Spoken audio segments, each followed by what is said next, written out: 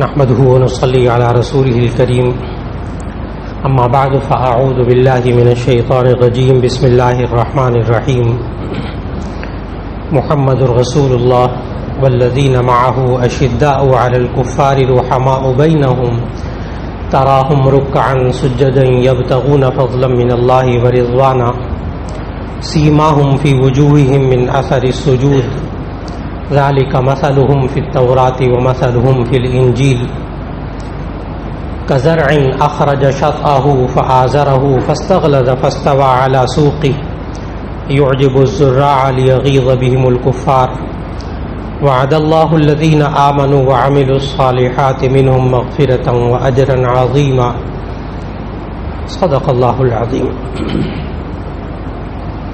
اللہ رب العزت نے یہ سورہ فتح کی آخری آیت ہے جس کی اللہ رب العزت نے تلاوت کی توفیق عطا فرمائی، اور اس میں اللہ رب العزت نے ہمیں آخری نبی حضرت محمد رسول اللہ صلی اللہ علیہ وسلم کی تشریف آوری کے بارے میں بتایا، اور یہ بتایا کہ نبی کریم صلی اللہ علیہ وسلم کو اللہ تعالیٰ نے جو آخری نبی بنا کر بھیجا تو گزشتہ امتوں میں پہلے سے آخری نبی صلی اللہ علیہ وسلم کا تذکرہ گزشتہ انبیاء اپنی کتابوں میں اور اپنی قوموں کے سامنے کرتے رہے، یہاں تک کہ آسمانی مذاہب کو ماننے والے خود جانتے تھے کہ آخری نبی صلی اللہ علیہ وسلم کے اندر کیا نشانیاں ہوں گی، یہاں تک کہ آپ صلی اللہ علیہ وسلم کے جو صحابہ کرام ہیں ان تک کی نشانیاں تورات میں اور انجیل میں موجود تھیں. نبی صلی اللہ علیہ وسلم کا نام مبارک تک گزشتہ انبیاء نے اپنی قوموں کو بتا دیا تھا. آخری نبی صلی اللہ علیہ وسلم کے جسم مبارک کی جو نشانیاں ہیں جو انسان کو نظر آتی ہیں وہ تک گزشتہ آسمانی کتابوں میں موجود تھی اور ان انبیاء کو بتائی گئی تھی. آپ کو حیرت ہوگی کہ یہاں تک کہ گزشتہ آسمانی کتابوں کے ماننے والوں کو یہ بھی معلوم تھا کہ نبی صلی اللہ علیہ وسلم کیا کھائیں گے کیا نہیں کھائیں گے. یہ سب ان آسمانی مذاہب کو ماننے والے جو غیر مسلم تھے یہ سب انہوں نے بتایا. ابھی جو آیت تلاوت کی یہ سورہ فتح کی آخری آیت ہے جس میں نبی صلی اللہ علیہ وسلم کی شان بیان کی گئی. پورے قرآن مجید میں بیان ہوئی ہے، لیکن کسی وقت ملے تو اس کا ترجمہ بھی پڑھیے گا. ابھی میں ترجمہ بھی عرض کروں گا، آپ بھی پڑھیے گا کسی وقت میں ترجمہ. اس میں بہت سی باتیں سمجھ میں آئیں گی. یہ بھی سمجھ میں آئیں گی کہ آخری نبی صلی اللہ علیہ وسلم کے امتیوں کے خلاف کفار اتنے زیادہ ناراض کیوں ہوں گے، خود نبی صلی اللہ علیہ وسلم کے دین کے بارے میں کیوں آخرکار ناراض ہوں گے یہ کافر غیر مسلم قومیں. اس کی بھی وجہ اللہ تعالیٰ نے اس آیت میں بتائی. اللہ تعالیٰ نے ارشاد فرمایا، اور جب آپ اس آیت کا مطالعہ کریں تو یہ قرآن مجید کی ایک اکلوتی آیت ہے، صرف ایک یہی آیت ہے کہ جس میں ایک ہی آیت کے اندر الف سے لے کر یا تک سارے حروف تہجی موجود ہیں. ورنہ پورے قرآن مجید میں کوئی اور آیت ایسی نہیں ہے کہ لمبی آیتیں بھی موجود ہیں. سب سے طویل آیت سورہ بقرہ کے آخری رکوع سے پہلے ہے، اس میں بھی پورے الف سے لے کے یا تک سارے حروف موجود نہیں ہیں. پورے قرآن مجید میں صرف یہ ایک آیت ہے جس میں الف سے لے کے یا تک سارے حروف موجود ہیں. ایک جملہ کہنے کی اجازت دیجیے گا کہ نبی صلی اللہ علیہ وسلم کی شان بیان کرنے کے لیے اللہ تعالیٰ نے سارے حروف لگا دیے، کوئی حرف نہیں بچا، سارے حروف لگا دیے. اور آیت کا آغاز ایسے کیا کہ محمد الرسول اللہ والذین معہ اشداء علی الکفار رحماء بینہم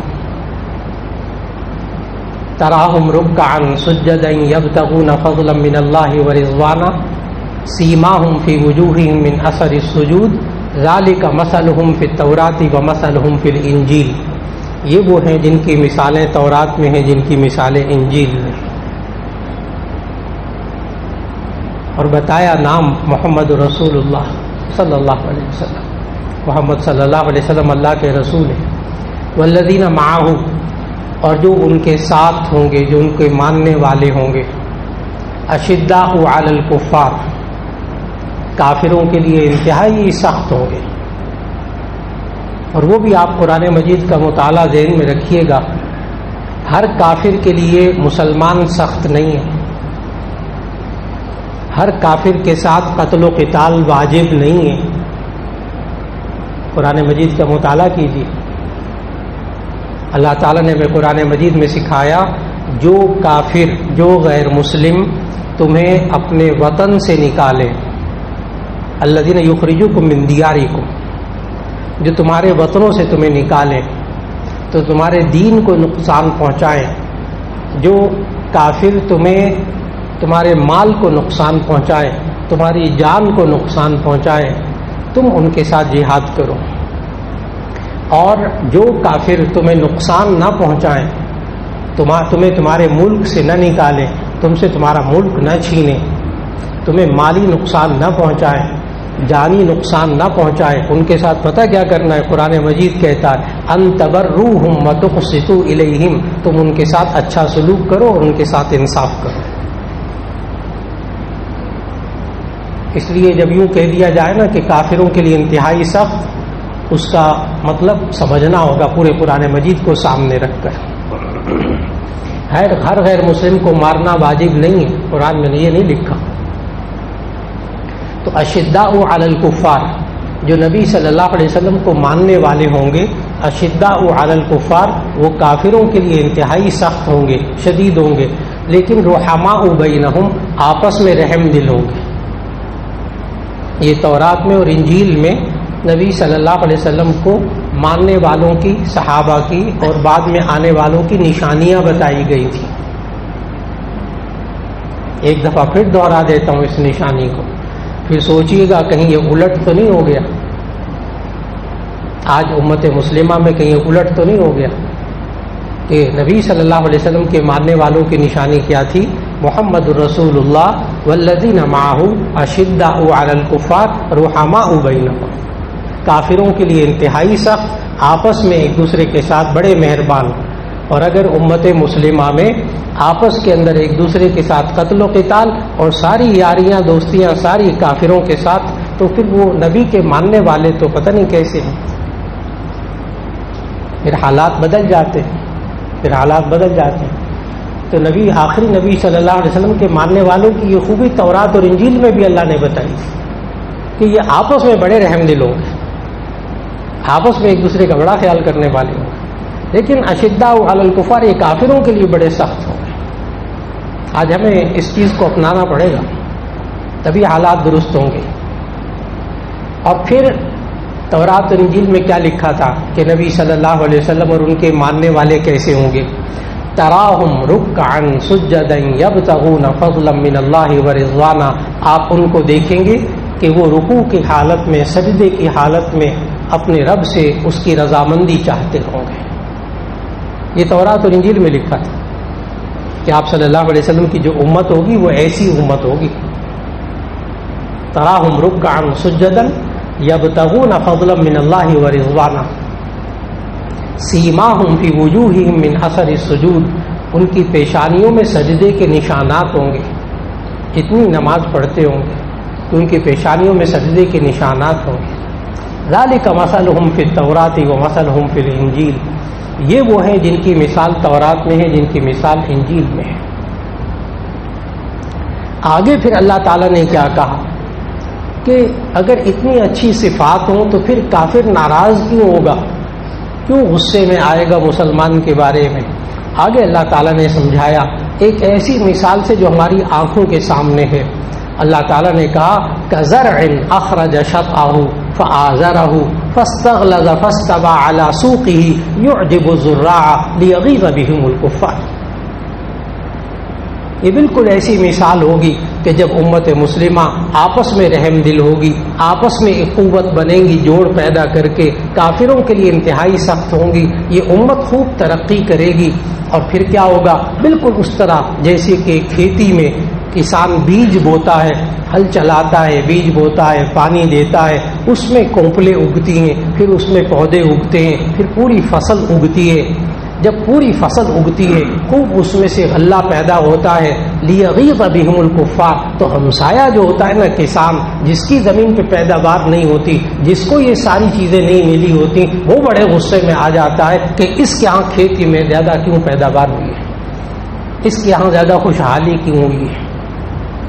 معلوم ہوا اللہ تعالیٰ نے ہمیں پہلے سے سمجھا دیا تھا، دیکھو تمہاری خوشحالی پر کبھی کوئی کافر خوش نہیں ہوگا. آج امت مسلمہ کی جس قدر بھی خوشحالی ہے، اس خوشحالی پہ غیر مسلم ممالک خوش نہیں ہیں. نہ آپ کے ایٹم بم ایٹمی قوت ہونے پر خوش ہیں، نہ آپ کی کبھی معاشی حالت بہتر ہو جائے تو اس پہ کبھی خوش ہوں گے، نہ آپ کی پیداوار جب کبھی بہتر ہو جائے اس پہ کبھی خوش نہیں ہوں گے. اس لیے اس کو چاہیے کہ یہ آپس میں مضبوط ہو جائے، کافروں کے لیے انتہائی سخت رہے. تو نبی صلی اللہ علیہ وسلم کی یہ والی باتیں گزشتہ امتوں میں بتائی گئیں، اور میں نے عرض کیا کہ آخری نبی صلی اللہ علیہ وسلم کا نام مبارک تک گزشتہ امتوں میں بتا دیا گیا تھا. سورہ صف کی تلاوت کیجیے، سورہ صف اس کے 4 آیت کو ذرا غور سے پڑھیے گا کہ حضرت عیسیٰ علیہ السلام نے اپنی قوم سے کیا کہا. قرآن مجید، کوئی غیر مستند روایات نہیں، قرآن مجید. وَإِذْ قَالَ عِيسَى ابْنُ مَرْيَمَ يَا بَنِي إِسْرَائِيلَ إِنِّي رَسُولُ اللَّهِ إِلَيْكُمْ مُصَدِّقًا لِمَا بَيْنَ يَدَيَّ مِنَ التَّوْرَاةِ وَمُبَشِّرًا بِرَسُولٍ يَأْتِي مِن بَعْدِ اسْمُهُ أَحْمَدُ صلی اللہ علیہ وسلم. وَإِذْ قَالَ عِيسَى ابْنُ مَرْيَمَ، جب عیسیٰ ابن مریم نے اپنی قوم سے کہا، یا بنی اسرائیل، اے بنی اسرائیل. 3 پیغام دیے اپنی قوم کو اس آیت میں حضرت عیسیٰ علیہ السلام نے. یا بنی اسرائیل انی رسول اللہ علیکم، بے شک میں تمہاری طرف اللہ کا رسول بنا کر بھیجا گیا ہوں. اس قوم نے، عیسیٰ علیہ السلام کی قوم نے ان کی یہ بات بھی نہیں مانی، ان کو رسول اللہ کے بجائے ابن اللہ بنا دیا، اللہ کا بیٹا بنا دیا. یہ بھی اللہ نے قرآن مجید میں بتایا.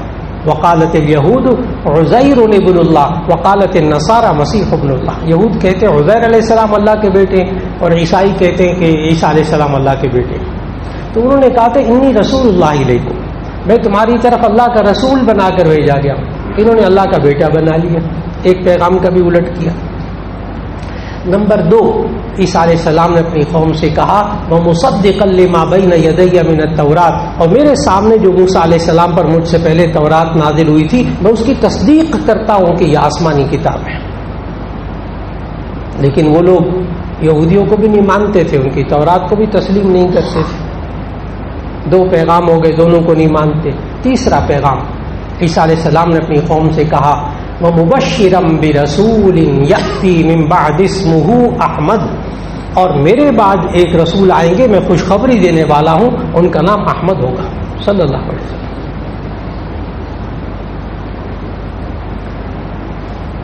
یہ جو آج کل ہمارا کیلنڈر ہے 2022، نبی صلی اللہ علیہ وسلم جب تشریف لائے، ظاہر ہے یہ عیسیٰ علیہ السلام سے کیلنڈر شروع ہوا. تو نبی صلی اللہ علیہ وسلم جب تشریف لائے اس وقت اپریل کا مہینہ تھا، ربیع الاول تھا لیکن 7 اپریل کا مہینہ تھا، اور وہ 571 عیسوی تھی. جو آج کل 2022 ہے کیلنڈر، اس کیلنڈر کے اعتبار سے وہ 571 عیسوی تھی. یعنی نبی صلی اللہ علیہ وسلم عیسیٰ علیہ السلام کے 571 سال بعد تشریف لائے. 570 لگا لیجیے، 570 سال بعد تشریف لائے. اور یہ جو نام رکھا نا احمد، اگر آپ سیرت طیبہ کی مستند کتابیں پڑھیں تو اس میں آپ کو معلوم ہوگا کہ نبی صلی اللہ علیہ وسلم کے دو ذاتی نام تھے. ایک محمد صلی اللہ علیہ وسلم، یہ آپ کے دادا نے نام رکھا تھا. یہ بھی نام پہلے کبھی نہیں رکھا گیا تھا. دادا کو لوگوں نے اس وقت کہا بھی تھا عبد المطلب کو کہ کیسا نام رکھا ہے، تعریف کیا ہوا، پہلے کبھی کسی نے نہیں رکھا. تو انہوں نے جواب میں یہی کہا تھا کہ اس کی پوری دنیا تعریف کرے گی. نام رکھ دیا. پھر نبی صلی اللہ علیہ وسلم کی والدہ محترمہ بیان کرتی ہیں، نبی صلی اللہ علیہ وسلم کے والد محترم کا 6 مہینے پہلے وصال ہو گیا تھا جناب عبداللہ کا. نبی صلی اللہ علیہ وسلم یتیم پیدا ہوئے تھے. اور عجیب بات بتاؤں کہ یہ یتیم پیدا ہونا یہ بھی گزشتہ آسمانی کتابوں میں موجود تھا. اور نبی صلی اللہ علیہ وسلم کی والدہ محترمہ کو اللہ تعالیٰ نے خواب میں بتایا کہ یہ آپ کے ہاں لڑکا پیدا ہوگا اور اس کے جب پیدا ہو تو اس کا نام احمد رکھنا. چنانچہ حضرت آمنہ نے ان کا نام احمد رکھا نبی صلی اللہ علیہ وسلم. یہ والدہ نے نام رکھا. سیرت طیبہ کی بہترین کتاب ہے جو کہ بہت پڑھے لکھے لوگوں کے لیے ہے، عوام کے لیے نہیں ہے. کہ تقابل ادیان ہے، اس میں مختلف مذاہب کا مطالعہ سامنے رکھ کر سیرت کی کتاب لکھی گئی ہے. رحمت للعالمین صلی اللہ علیہ وسلم قاضی سید سلمان منصور پوری کی کتاب ہے. بہت شاندار کتاب ہے، سیرت کی 3 جلدوں میں ہے. تو قاضی سید سلمان منصور پوری رحمہ اللہ نے اس سیرت کی کتاب میں ایک چیلنج کیا جو آج تک موجود ہے، اس کا جواب ابھی تک نہیں آیا.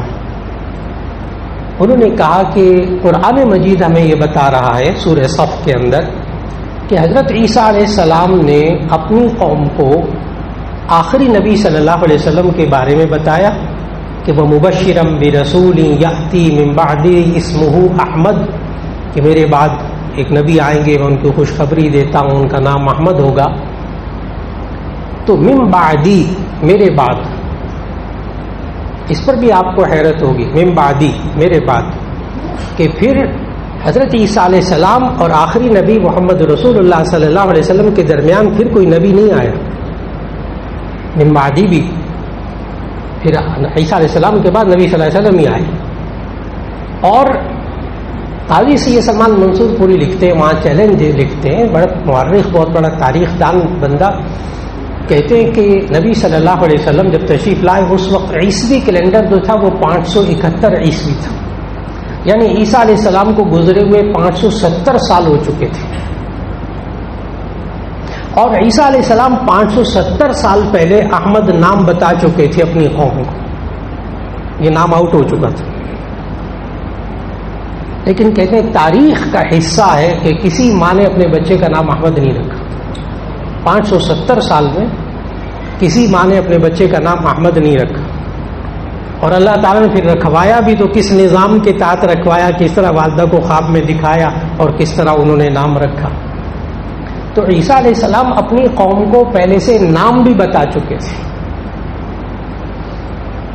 یہاں تک کہ اور بھی اس کے علاوہ جو گزشتہ آسمانی کتابوں میں جو نبی صلی اللہ علیہ وسلم کے بارے میں بشارتیں موجود تھیں، اس پر باقاعدہ کتابیں لکھی محدثین نے، مورخین نے. ان کتابوں کا عنوان ہے بشائر النبیین. بشائر النبیین جامع شفیع کے شیخ الحدیث و تفسیر مولانا محمد ادریس کاندھلوی رحمہ اللہ کی کتاب ہے بشائر النبیین.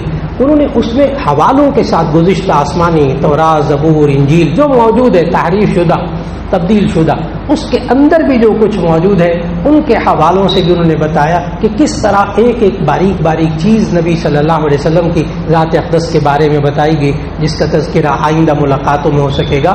کہ نبی کریم آخری نبی حضرت محمد رسول اللہ صلی اللہ علیہ وسلم کو اللہ تعالیٰ نے کس شان کے ساتھ بھیجا کہ گزشتہ تورات اور انجیل تک میں تفصیلات موجود تھیں. اللہ رب العزت ہمیں آخری نبی صلی اللہ علیہ وسلم کا امتی بننے کی قدر کرنے کی توفیق عطا فرمائے، ان کے نقش قدم پہ چلنے کی توفیق عطا فرمائے. وآخر دعوانا ان الحمد للہ رب العالمین.